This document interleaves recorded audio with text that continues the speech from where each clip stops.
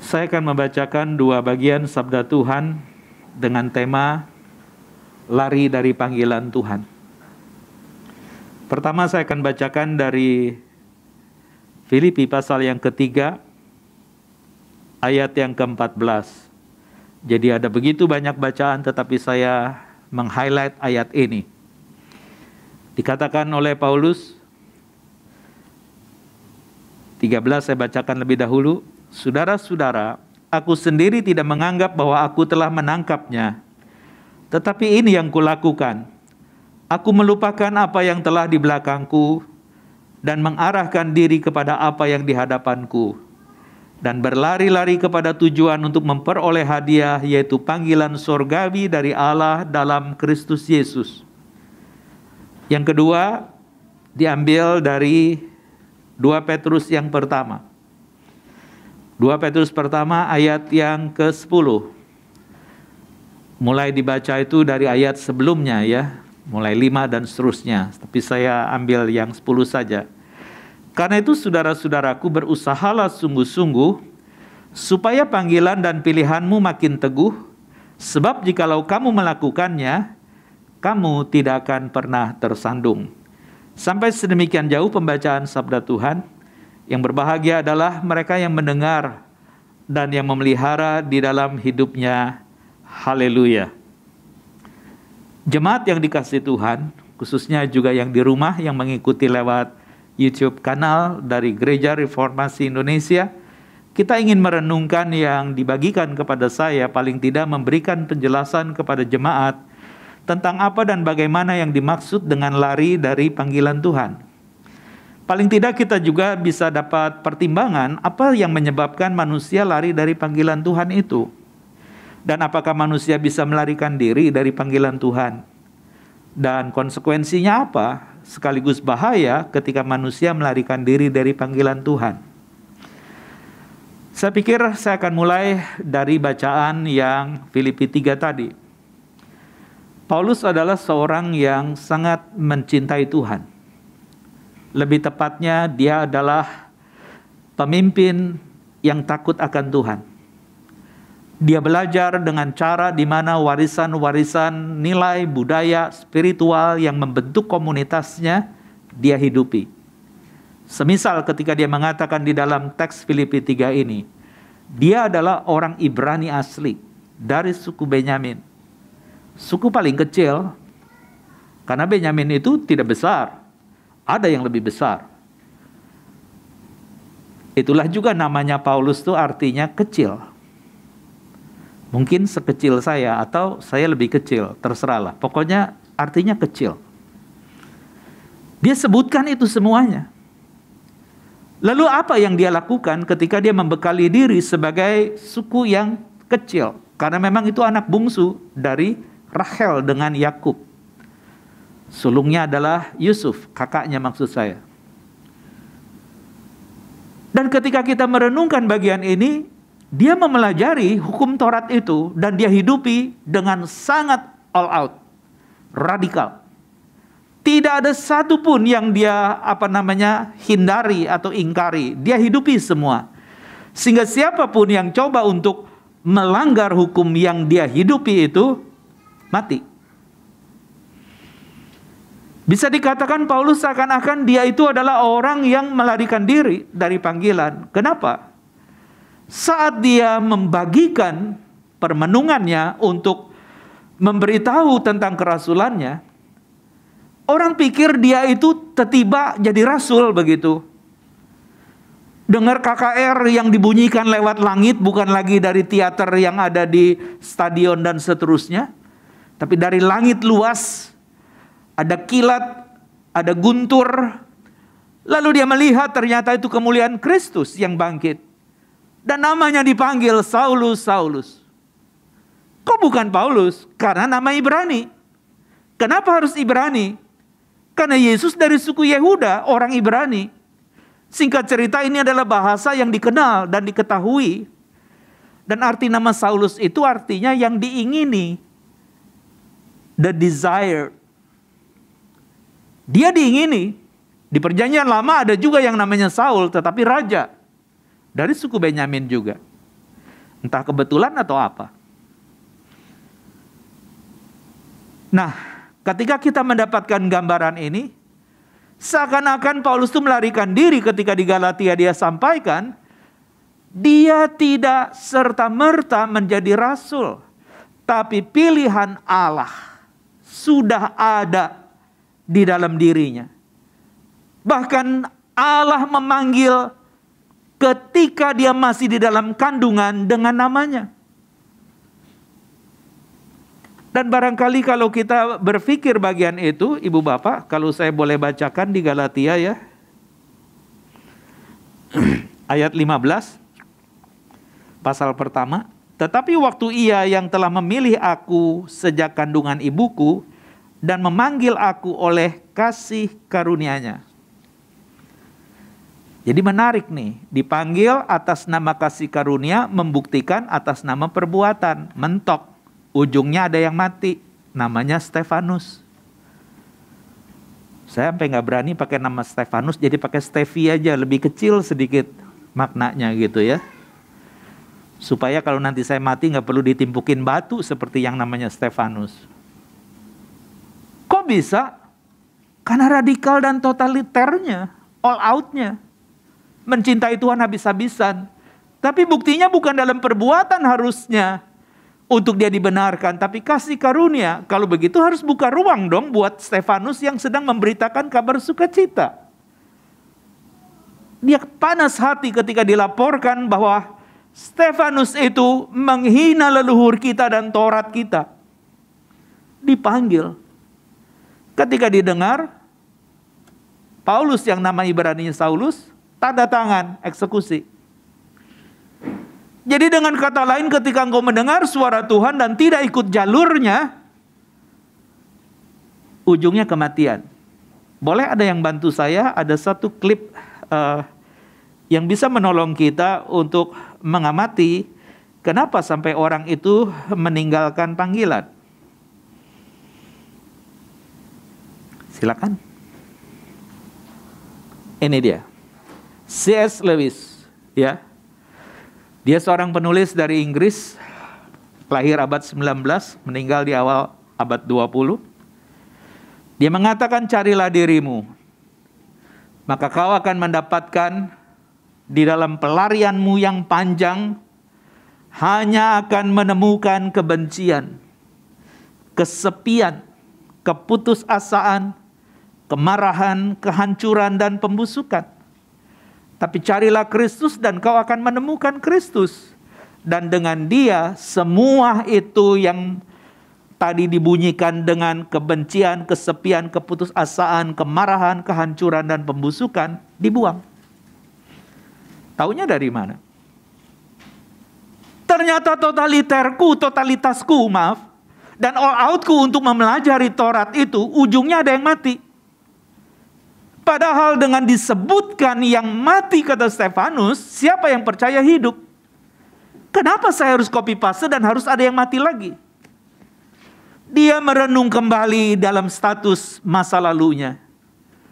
Anda tahu apa yang menjadi kesimpulan dia? Aku sudah menimbangnya. Dan semua yang kupunya menjadi kebanggaan itu hanya sampah sesudah aku mengenal Kristus. Jadi dia lari dari panggilan. Dan akhirnya dia menjumpai Yesus. Dia bertanya, siapa engkau Tuhan? Ketika namanya dipanggil di dalam perjalanan ke Damsyik atau Damaskus hari ini. Buat apa? Mungkin juga sama kayak kita beritain Injil. Tapi Injilnya Injil yang saya suka, yang dasarnya perbuatan Taurat. Bukan anugerah di dalam Injil yang genap di dalam kematian dan kebangkitan Yesus. Sudah terbunuh Stefanus. Dia cari lagi yang paling paling radikal, paling komitmennya tinggi. Di tengah perjalanan itulah kasih karunia terjadi padanya. Engkau yang diinginkan seperti namamu Saulus, tapi engkau kelak berhasil ketika aku membuat engkau kecil dan engkau menerimanya. Dan dia menerima. Menarik sekali. Aku sudah menetapkan kamu sejak dari kandungan dan menyebut namamu, tapi engkau belaga budak. Kali ini engkau tidak bisa tuli lagi. Dibunyikan tujuannya. Pergilah kepada pimpinan-pimpinan negara, para cendekiawan, kabarkan Injil tentang mati dan bangkitku yang menjengkelkan kamu itu. Supaya nanti mereka tahu bahwa akulah Kristus, Tuhan, Juru Selamat. Selesai. Itu satu contoh ibu bapak ketika ada orang yang mengerti panggilan tapi mengabaikan.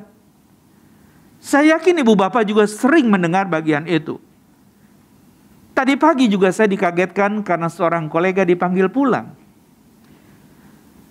Pendeta Daniel Lukas Lukito. Kalau dulu masa muda kita bilang dia anak capkau. Bukan sakau, capkau.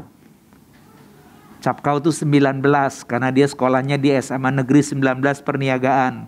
Ibadah di GKI Perniagaan. Begitu jelang dewasa dia studi di Saat, menjadi hamba Tuhan, pendeta di Bandung, lalu kemudian menjadi rektor sekolah tinggi Bandung itu STTB, ya, Sekolah Tinggi Teologi Bandung. Dan dia menjadi rektornya. Sesudah selesai satu generasi bagian yang dia selesaikan, dia kembali ke Saat dan melanjutkan menjadi rektor di Saat. Dia pensiun berapa tahun lalu dan itu perjumpaan saya ketika Saat berusia ke-65. Tidak lama dia menikahkan putrinya di sana. Itu perjumpaan saya secara tatap muka sekitar mungkin 5 tahun yang lalu. Dan hari ini saya mendengar dia sudah kembali pulang. Dia belajar setia untuk menjawab panggilan. Seperti namanya Daniel. Seperti namanya Lukas. Dia selalu pendekatannya kepada fakta empiris. Baru dia ngomong. Dan ketika dia mendapatkan itu semua dan usai, orang terkaget-kaget. Saya baru ngobrol sama dia, kenapa dia secepat itu? Tugas sudah selesai. Dan dia belajar setia. Saudara-saudara yang dikasihi Tuhan. Jadi ketika Lewis itu mengatakan, cari dirimu yang mana? Ternyata engkau akan mendapatkan di dalam pelarian panggilanmu itu bukan hal yang menyenangkan kecuali kebencian, kesepian, keputusasaan, kemarahan, kehancuran, dan juga pembusukan. Tapi ketika engkau mencari Kristus dan engkau menjumpainya, semua yang membuat engkau seakan-akan begitu heroik, begitu saleh, begitu injili, baru ketahuan betapa jahatnya kamu. Hari ini kita sudah belajar dari tokoh Paulus. Lalu bacaan yang kedua tadi pada tokoh Petrus. Harusnya kan Petrus dulu, tapi saya kepengen Paulus dulu. Lalu ketika Petrus itu mengatakan dengan bagian yang tadi saya bacakan itu, ya ibu bapak, 2 Petrus 1 ayat yang ke-10 itu, karena itu saudara-saudaraku berusahalah sungguh-sungguh, supaya panggilanmu dan pilihanmu makin teguh. Sebab jikalau kamu melakukannya, kamu tidak akan pernah tersandung. Ada ilustrasi yang lain, silakan dibantu. Ini dari Ibu Negara, Presiden Amerika Roosevelt. Dia mengatakan yang tidak berbeda jauh. Dalam pelarian yang panjang, sebenarnya kita sedang membentuk hidup kita. Dan proses itu tidak pernah berakhir hingga kita mati, katanya. Dan pilihan yang kita buat pada gilirannya atau pada puncaknya mewujud kepada tanggung jawab kita sendiri. Lalu apa kaitannya dengan 2 Petrus tadi? Pasti Anda ingat. 3,5 tahun, lebih tepatnya ketika Yesus memulai awal pelayanan di Galilea. Dia melihat dan mengalami Yesus yang dia cari. Lewat apa? lewat ikan yang dia tidak dapat semalaman, dan pagi itu dia dapatkan hampir tenggelam 2 perahu. Dia pergi sendiri, jalannya robek dan mungkin ada ikan yang lari lagi. Panggil teman, penuhi 2 perahu, hampir tenggelam. Jadi kalau bawa sendiri pasti tenggelam kan itu perahu, karena nggak cukup menampung. Dia gemetar. Bukan senang dapat untung banyak, tapi dia teruji batinnya. Yang mana? Tuhan, semalam-malaman aku mencari, aku tidak dapat. Mungkin kalau debat panjangnya karena sudah diedit oleh narator, saya nelayan, kamu tukang kayu suruh saya, nggak nyambung. Tapi karena kamu menyuruh saya pergi.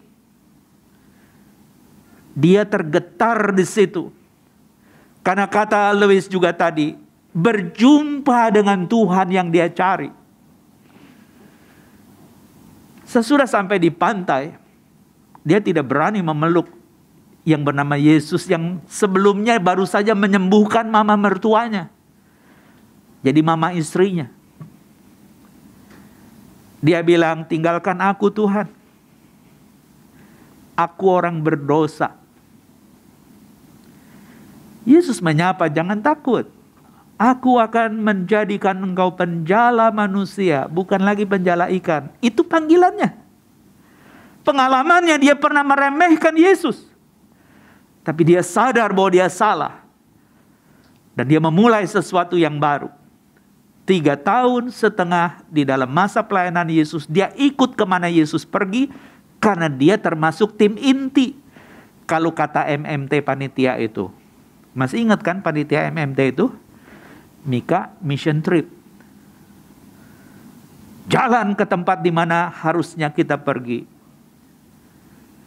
Begitulah sebenarnya Simon Petrus. Ketika dia mengalami sesuatu di dalam perjalanan hidupnya yang mana Yesus bilang begini pada satu malam nyaris perpisahan. Sesudah perjamuan kudus itu, Yesus bilang nanti gembala itu akan ditangkap dan domba-domba tercerai-berai. Petrus tahu loh, itu ilustrasi saja, hanya kiasan. Tapi Yesus atau tapi guru, aku tidak akan pergi. Aku rela masuk penjara dan mati pun sukacita. Malam itu Yesus mengatakan, Simon, Simon, iblis sedang menampik kamu. Tapi aku sudah berdoa supaya engkau jangan jatuh. Dan kalau engkau sudah kuat, kuatkanlah saudara-saudaramu. Kalau sudah kuat itu maksudnya sudah teruji. Dan engkau memang orang yang terpanggil dan diutus. Kuatkan saudara-saudaramu. Itu kata-kata yang mungkin nyangkut di otak kita, bahwa kita yang dipilih dan dipersiapkan Tuhan mestinya nggak gagal. Nggak pernah. Jalan terus. Dan saat itulah Yesus mengatakan di malam itu, ayam tidak berkokok Simon, sebelum kau menyangkal aku 3 kali yang engkau mengenal saya. Saya tidak tahu saya harus panggil siapa di sini. Apakah kedua hambanya di sini? Kalau tiba-tiba orang yang Anda percaya dan mempercaya Anda, dia mengatakan kepada Anda seperti itu. Tersinggung, sedih, jengkel, atau marah? Aku belum terlalu kenal, Pak Netsen aja lah. Nggak usah jawab sih. Supaya yang lain juga ngerenung lagi. Kita pasti terganggu dengan kata-kata itu. Berarti engkau meremehkan komitmen saya. Engkau tidak menghargai apa yang sudah saya kerjakan. Tapi Yesus nggak pernah bohong. Dia lakukan itu. Dan apa yang terjadi? Hanya ditunjuk oleh seorang budak perempuan. Kamu juga muridnya. Bukan, aku tidak mengenal dia. Kalau Saulus tanda tangan mati orang, kalau ini menghindar panggilan, mati gurunya. Sama-sama mati. Tetapi masih ada ruang anugerah itu. Saulus itu makin hebat kejahatannya, Tuhan ubah. Semakin ragu kelakuannya, Tuhan ubah. Maka dia mengatakan, biarlah iman yang menjadi anugerah Allah, kata Petrus, karena dia pernah menyangkal dan teruji dalam pemulihan Yesus sesudah kebangkitan. Dia mengatakan, tambahkanlah dengan kebajikan. Jangan ngoceh iman kalau nggak ada wujudnya. Mungkin itu yang saya ingat bagaimana hambanya pendeta Bigman Sirait almarhum itu coba mengatakan itu. 2001 kira-kira atau 2002 dia temui saya, Simon, kamu pegang gereja, aku mau ke Kalimantan, mau garap Pama dan Mika. Saya bilang, aku sedang diproses pendeta di GKI. Ah, kau ini sinode lagi diurus. Ini ladang Tuhan. Sudahlah, saya akan bantu apa yang kau minta kepada saya. Tetapi izinkan saya menjalankan ini karena ini komitmen. Sudah itu selesai. Saya hanya bantu sesekali. Dan saya belum pernah sekalipun ke Kalimantan. Tapi bulan besok saya diundang jadi pemimpin membawakan KKR dan seminar. 20 tahun kemudian. Jadi nggak ada yang terlambat kan? Saya akan melihat karya beliau itu. Saya akan membuktikan bahwa apa yang dia katakan itu bukan sekedar teori. Tapi ada kebajikan yang dipertontonkan. Lalu Simon mengatakan, tambahkan kebajikan dengan pengetahuan. Pengetahuan yang mana? Pengetahuan yang membuat engkau menjadi yakin. Kenapa? Karena dengan pengetahuan itu engkau bisa mengendalikan diri dari hal-hal yang gak perlu engkau merespon. Karena lewat engkau tambahkan dengan bisa mengendalikan diri, akhirnya engkau tekun di dalam panggilan. Dan dari ketekunan itu tabah untuk terus menjawab panggilan, engkau menjadi saleh. Dan kalau engkau saleh, nanti akan muncul cinta kepada saudara sekomunitas serumah itu. Dengan istilah Philadelphia. Dan juga terus tambahkan Philadelphia sampai menjadi agape, yaitu kasih yang tanpa syarat. Seperti Yesus memulihkan kamu, kata Yesus kepada Petrus. Dan dia ingat itu. Maka Roosevelt itu menegaskan, jadi kalau engkau di dalam pelarian yang panjang, sesungguhnya dia mengizinkan kita membentuk kehidupan kita, ya, dan kita ini terus diproses yang tidak akan pernah berakhir sampai kita mati. Maka pilihan yang kita sudah ambil di dalam panggilan itu akan membuat engkau pada ujungnya wujudnya adalah tanggung jawab.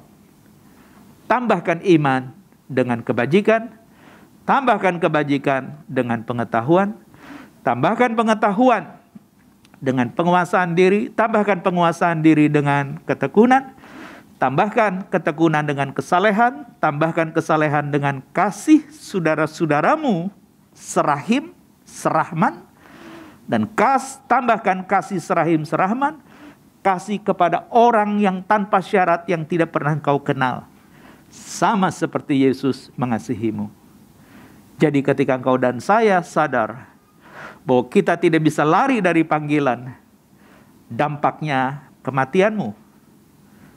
Tetapi kalau kematian Kristus menggantikanmu, seperti nyanyian tadi, kita akan mengatakan, Tuhan, saya hari ini ada, bukan karena kuat dan gagah saya, tapi karena kasih karuniamu yang mendekatkanku.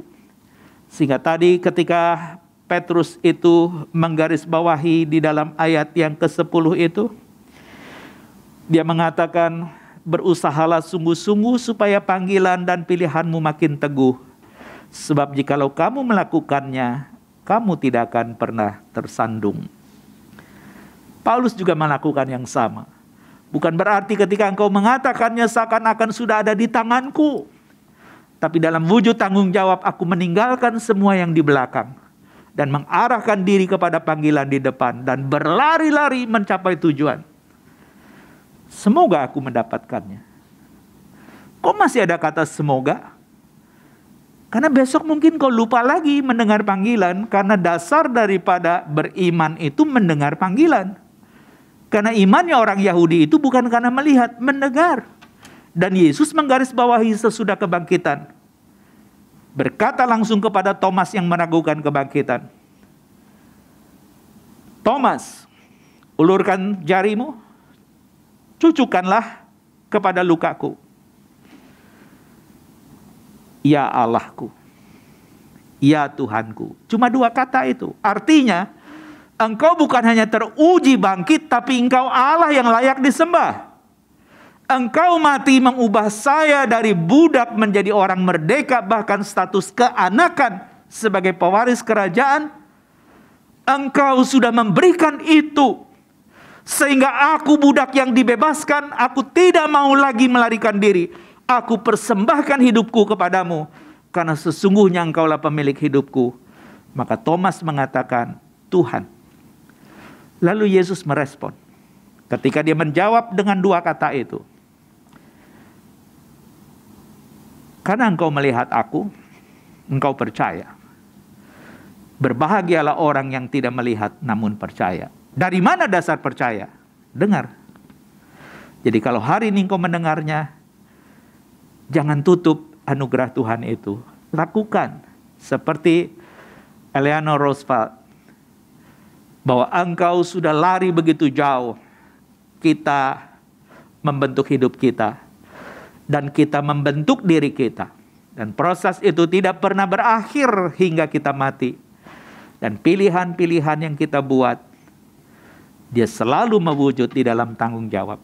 Dan Tuhan memberkatinya sehingga apa yang dia rencanakan menjadi nyata. Mungkin itu bisa yang saya sampaikan. Karena saya kalau lihat jam 30 menit. Biasanya ada display yang mundur. Sekarang nggak ada ya. Karena pandemi ya Pak. Tapi saya masih tahu diri, nanti ada bosan sama saya. 30 menit sudah. Jadi saya sudah harus berhenti. Kesimpulannya apa? Jadi kesimpulannya saya ingin mengingatkan Ibu Bapak dan Saudara sekalian. Sekarang kita tahu apa yang dimaksud dengan panggilan itu. Paulus mengatakan itu bermula dari ketetapan Allah yang kekal sebagai orang pilihan dan ditetapkan. Dan siapa yang dipilih dan ditetapkan, dia dipanggil untuk dibenarkan dan akhirnya dimuliakan. Engkau sudah mendapatkan rangkap 3 sebagai orang panggilan, dibenarkan secara hukum yang tadinya pelanggar, sekarang orang merdeka karena kebenaran sabda. Engkau setia dalam panggilan, maka engkau akan mengalami pemuliaan seperti Kristus yang baru saja kita rayakan kenaikannya. Maka kalau begitu, hanya ada satu alat untuk engkau menjadi kuat di dalam iman, mendengar. Bukan untuk mengabaikan, tapi melakukannya. Tambahkanlah iman itu sampai ke ujung cinta, karena hanya 3 hal yang tersisa nanti di dunia, iman, pengharapan, dan cinta. Dan yang terbesar dari 3 itu cinta, karena dia merujuk kepada Tuhan itu sendiri. Jadi kita yang beriman untuk melangkah kepada Dia, menggapai kasih karunia-Nya, engkau tambahkan iman di dalam periode pengharapan. Karena Dia memberikan janji sebagai pewaris, isi itu. Apa isinya? Kebajikan, pengetahuan, penguasaan diri, ketekunan, kesalehan, kasih kepada saudara, dan kasih kepada semua orang. Kalau itu ada pada kita, kata Petrus, kita tidak akan pernah tersandung dalam jalan. Amin. Kiranya Tuhan menolong saudara. Kiranya Tuhan menolong kita semua, baik yang di sini maupun yang di rumah. Biarlah Tuhan yang ditinggikan dan dipermuliakan. Mari kita berdoa.